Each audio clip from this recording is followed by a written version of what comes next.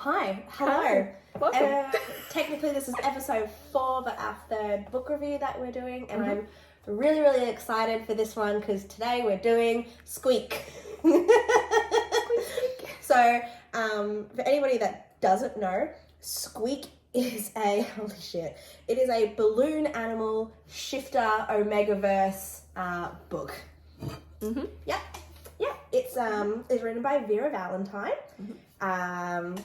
It's technically book 1 of 2 in the Squeakverse. The series is called Squeakverse, which just fucking sends me. I think it's absolutely brilliant. Just full warning, this book's hilarious.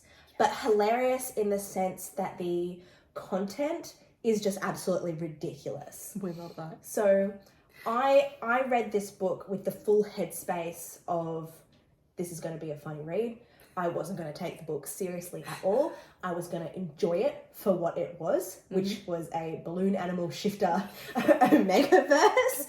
I just can't. It was only 54 pages, so literally read it in like an hour. Love that. On my trip to work, which might I add, reading this stuff was really weird to read in a public space. Reading this book was really weird to read in a public setting because I read it on the tram to work.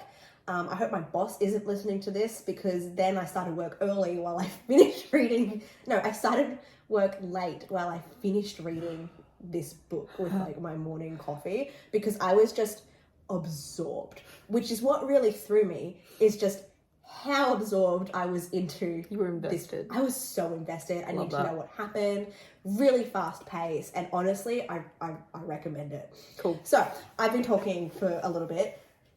Essentially, this book, it's told in the perspective from the 3 main characters. Okay. So it's told not just from Poppy's perspective, which is the main female, but also told from the perspective of Poppy, which is the main female character, along with the 2 balloon animal shifters, which is Keen and Sebastian. I almost had to stop reading it at Sebastian because that is my son's middle name. I almost put it down there, but I'm like, look, I can disassociate obviously the 2. It's only his middle name. Yeah. It's not his first name. We can live with that. We can live with that. I can move past that. And look, this wasn't a serious book anyway. Yep. But hands down, Vera Valentine, she did an absolutely fantastic book for yeah. what this is. I gave it 4 out of 5 stars. That's how much I decent. enjoyed it, but that is because I knew what I was getting myself into. Essentially, the story follows, it begins with like Poppy. She's an art student, and she's sketching at the zoo as part of her art student homework. Okay. Yeah, she's trying to draw, essentially sketch people in like different emotions as part of like her homework. Okay, I thought that was really interesting. It's there that she meets Sebastian along with Keen. And Sebastian is just this like charismatic guy compared to Keen, whatever, who's grumpy. Okay, yeah. Why are you introducing I'm this female, blah, blah, blah, blah, blah. And the thing that took me, I guess, by surprise is that obviously when Poppy meets Sebastian, I was just like, okay, cool, main female, main male. Clearly this is going to be like the romance with their chemistry and interest in one another. Turns out Sebastian and Kane are in a relationship. Oh, okay. Yes. Yeah. So that is why he was all grumpy. What is this female doing here? Blah, blah, blah, Makes blah, sense. blah. Because he was protective of Sebastian. That's his boy. So, essentially the plot for this book is Poppy is an art student. She meets Sebastian and Kane at the zoo. They want her to draw a bunch of runes for them to help their magic stay and help keep them alive as like balloon animal shifters. And essentially a bunch of shit happens. Can I ask one question? Yes. When she meets them, are they balloon animals or are they people? Shit. Because I don't know how to picture this. Okay, so she meets Sebastian as in his human form. Okay. And surprise, surprise, he works at the zoo. So does Kane. He works at the zoo as well. And Sebastian is selling balloon animals. As in, like, he's the concession guy that you go up to at a zoo if you want a balloon animal. it's weird, right? But these are inanimate balloon animals. They're not shifter balloon animals. Sure. They're just balloon animals. Okay. But it's like she meets a guy holding balloons at the zoo and he works there. Okay. Yeah. That's essentially how they meet. Yeah. This is probably gonna get pretty spoilery after this, but I do want to mention some content warnings, trigger warnings, tropes that are in this 54-page book. There's male-female romances, male-male romances, Nice. Male-female, Nice. polyamorous context, obviously. Shifter Omegaverse, so it discusses things like knotting, heat, ruts, nests, mate bites, and bonding. This is all within 54 pages. Yep, wild. What a genius. It does mention past violence with one of the characters, including sexual compulsion and slavery. Yep. And there's obviously there's brief mention of character death as well. So if any of that pages. So if any of that is triggering, maybe don't read it. However, if that is not triggering, highly recommend having a read and then I guess coming back and listening to the rest of this episode. Heck yeah. So Spoilers? Spoilers. This book sent me. I was cackling the entire time. Yep. So let me explain a few things in a bit more detail. Cool. So these shifters, they were created by the main villain of the story, whose name I've forgotten because they're just a side character that only gets mentioned a few times. So they're not real people. They were created by magic, and she was the one that brought them to life and essentially kept them in a carnival as like her sex slaves. Rough. Yep. They ended up escaping and then found work at a zoo. And because essentially these people are only like a few weeks or a few months old, like they literally came to life as like 20-year-old adults. They have no concept on how the world works, which is really fucking funny to read some of these scenes. So they end up getting jobs at the zoo, and that's how they essentially get money. Enter Poppy, art student. They need someone to draw runes for them to keep them alive and keep them away from the villain that created them. Okay. Because those runes are connecting. Currently, their magic is still connected to her, and they want to be separate from her and essentially be able to live free together because the two main males are in love. The male-male romance took me by surprise because I didn't read any content warnings or anything before that, and I was anticipating like male-female or male-male-female. But essentially, the day that they meet Poppy, that night, because they don't have anywhere to live, or they don't need anywhere to live because they just transform into like their shifter balloon selves at nighttime and live in the concession stand at the zoo. Like, it's fucking wild. They're just talking in this concession stand at night and are all like, no, I love you. She's not going to get in the way. Like, this is just us, blah, blah, blah. Let me prove this to you. And they end up watching porn and recreating scenes inside the zoo concession stand after hours. As balloon animals? Okay, wait. Wait. As real dudes. Okay. However, when they are not being sexual, they are Ken dolls down there. To get their dicks, they have to be inflated. And when they're inflated, their whole genital area turns the color of the balloon that they are as like a shifter. So like one of them is purple, one of them is red, and essentially once they have their dick and are all turned on and horny, their whole genital region turns that color. And like it's basically latex balloon in that area.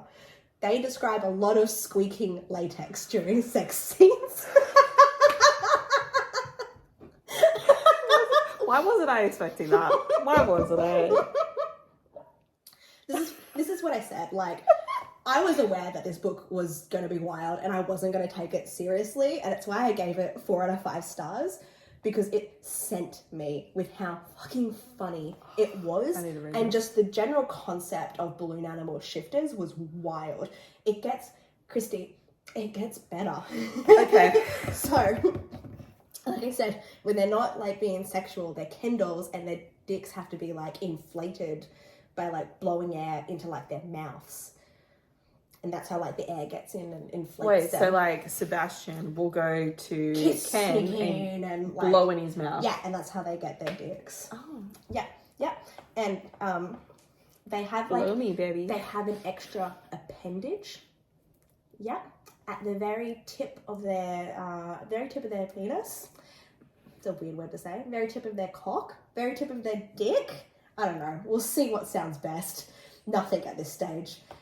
They have an extra little balloon knot. Yeah, that's their knot. And at first I was picturing this knot like on the underside where their balls should be. But no, it's on the top. It's on the top at the base. This little balloon knot.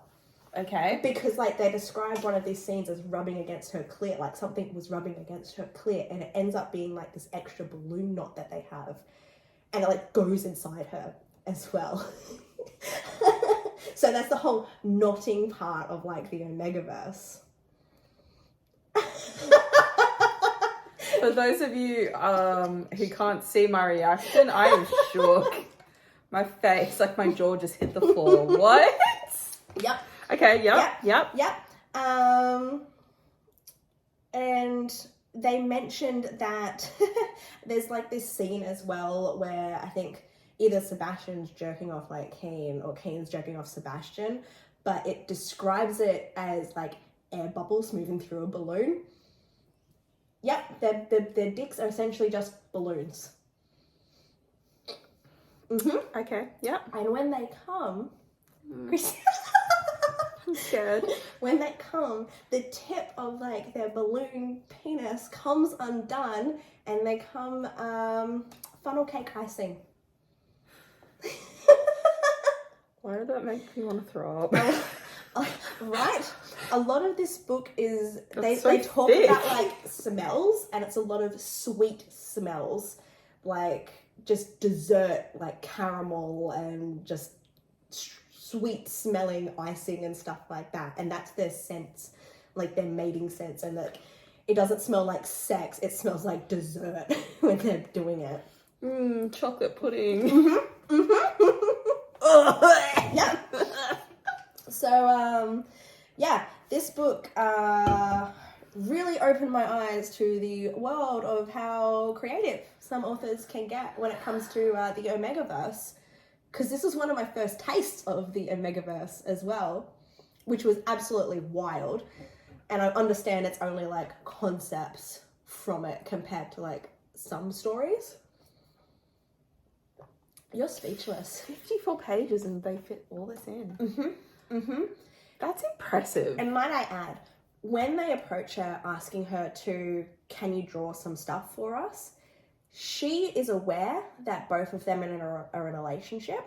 And because they're like, oh yeah, we'll pay you like $500, she thinks that they want her to draw NSFW artwork of the two of them together. Because $500 is a ridiculous amount of money for just sketching. And like runes. two random like dudes come up saying, hey, can you draw? Yeah, I'd think the same thing. Yeah, which I thought was hilarious. So that went on for a little bit before she actually understood they wanted her to draw runes. And the misunderstanding was hilarious.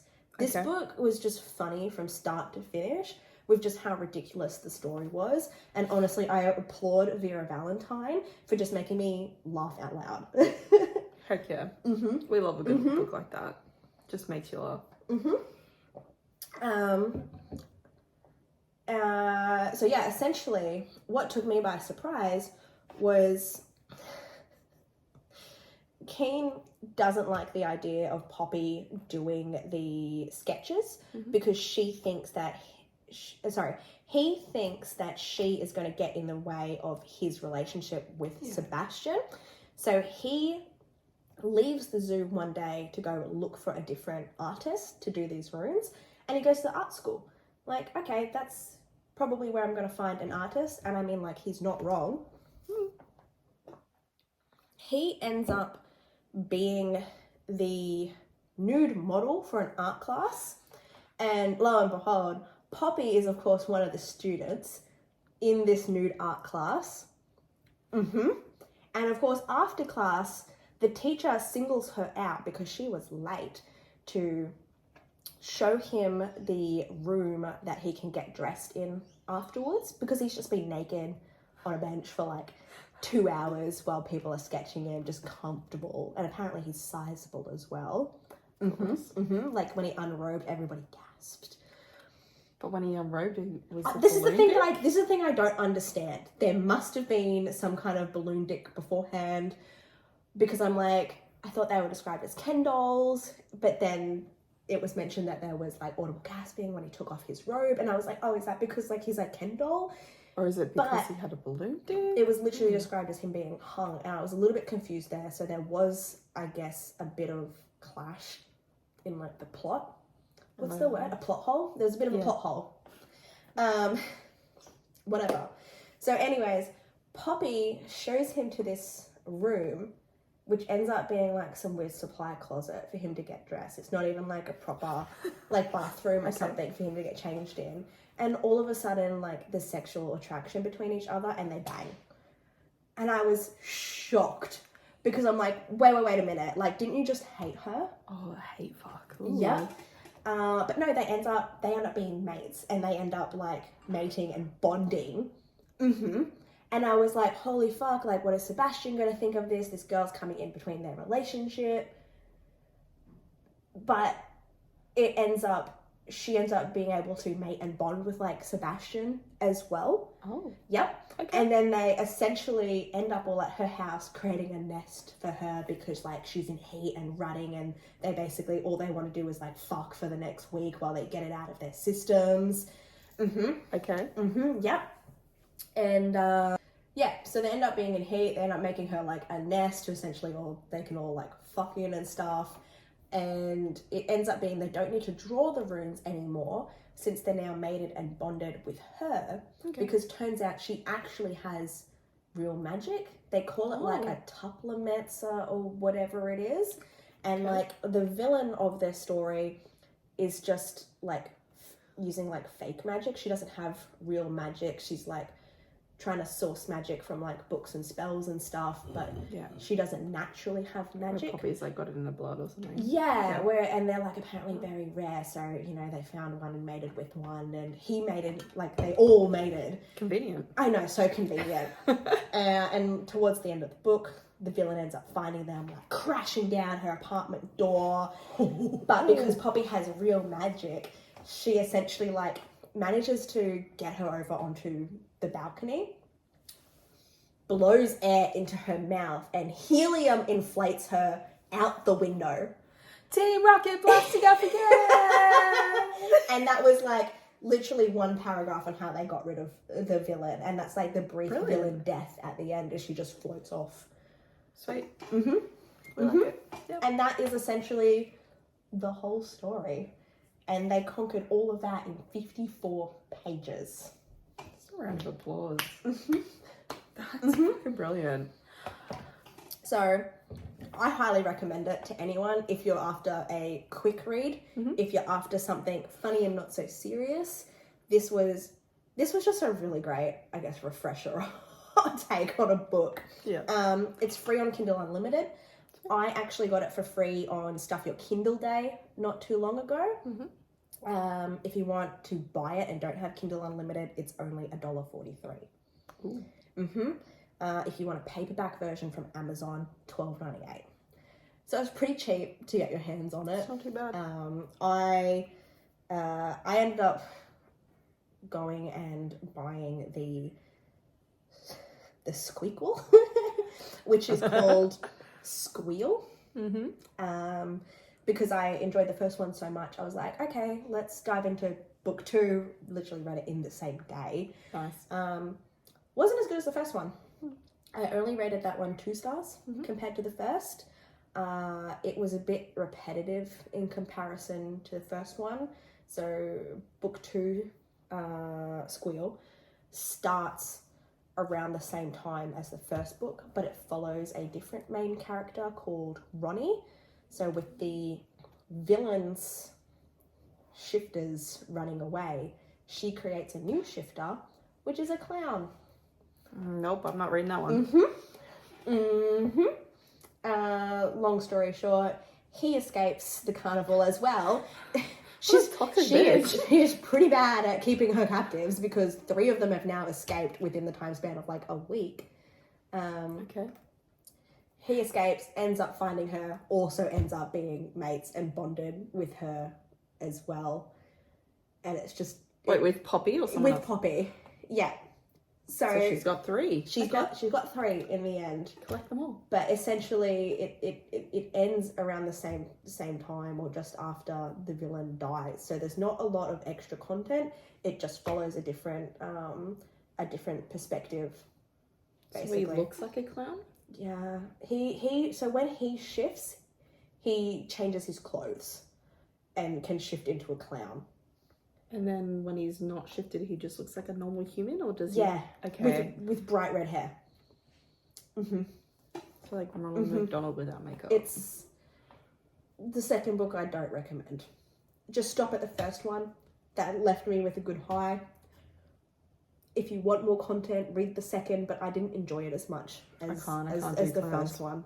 Yeah. Thanks. I think it was the whole clown thing. I just couldn't get into, especially when they started talking about sexual stuff with the clown. Yeah, very cringy. Okay. But I mean, hats off to her for creating some really weird writing. Yeah. Other books by Vera Valentine. She's actually got a Carnal Cryptids series, which has 2 books and 1 novella. And that is Monster Reverse Harem in book 1. It's rated 3.9 stars on Goodreads. So if you are interested in reading more from this author, you could probably give that one a try. I haven't personally read it. I don't know if I'm going to read it. I've got a lot on my TBR, but if you're interested in more... I also, when I was like prepping for this episode, I somehow came across another book series. If you need more balloon erotica in your life, there's more. There's more. It's not balloon shifter erotica though. It's literally balloon fetish erotica, and it's the Bunch of Balloon series by Claire de Lune. Yep. Got 3 books, which is something I stumbled across before because I was curious to see if there was more content and more books on balloon animals, and I came across balloon erotica, which I didn't know was a thing until today. What is it? I don't know. It's just, all it said was balloon fetish erotica. And I'm going to leave it at that. Yeah, okay. Because I'm not interested in reading any more balloon animal erotica or balloon fetish erotica. I don't know, maybe they really enjoy the squeaking of balloons. People are freaking weird, Christy. Yeah, that's true.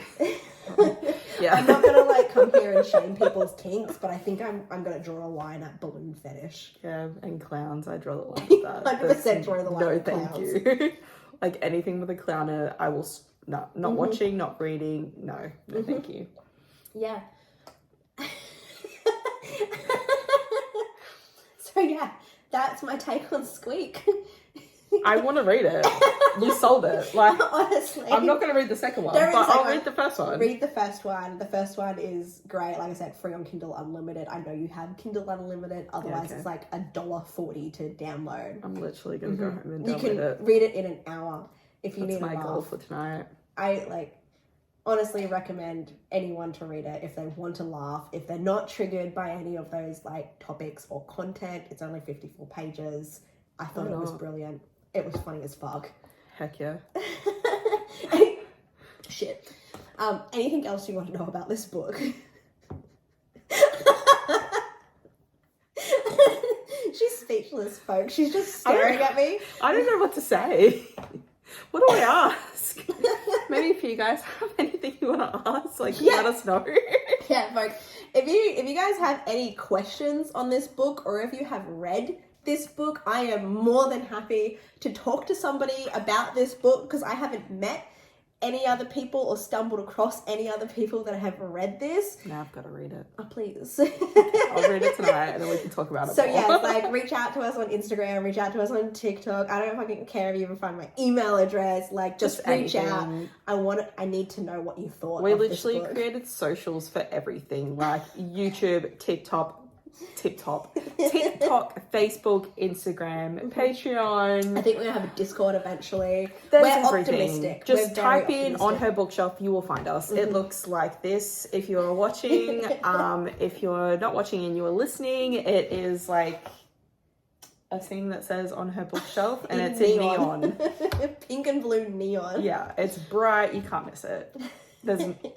We're one of a kind. And look, if you've gotten to the end of this really weird episode, I applaud you. Yes. And you are our people. Yeah, you're one of us now. We're going to bring you more weird erotica. Hands down. Christy's really interested in reading Clippy.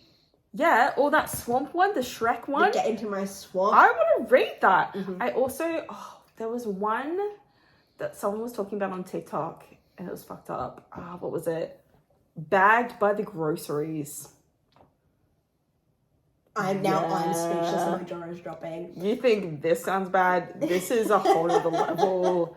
So yeah, folks, if you want to hear more, we are going to do more. And it's going to be fun. We're going to enjoy it. Heck yeah. Come along for the ride. I suppose that's it. Yeah. Cool. We'll see you next time. Bye. Bye.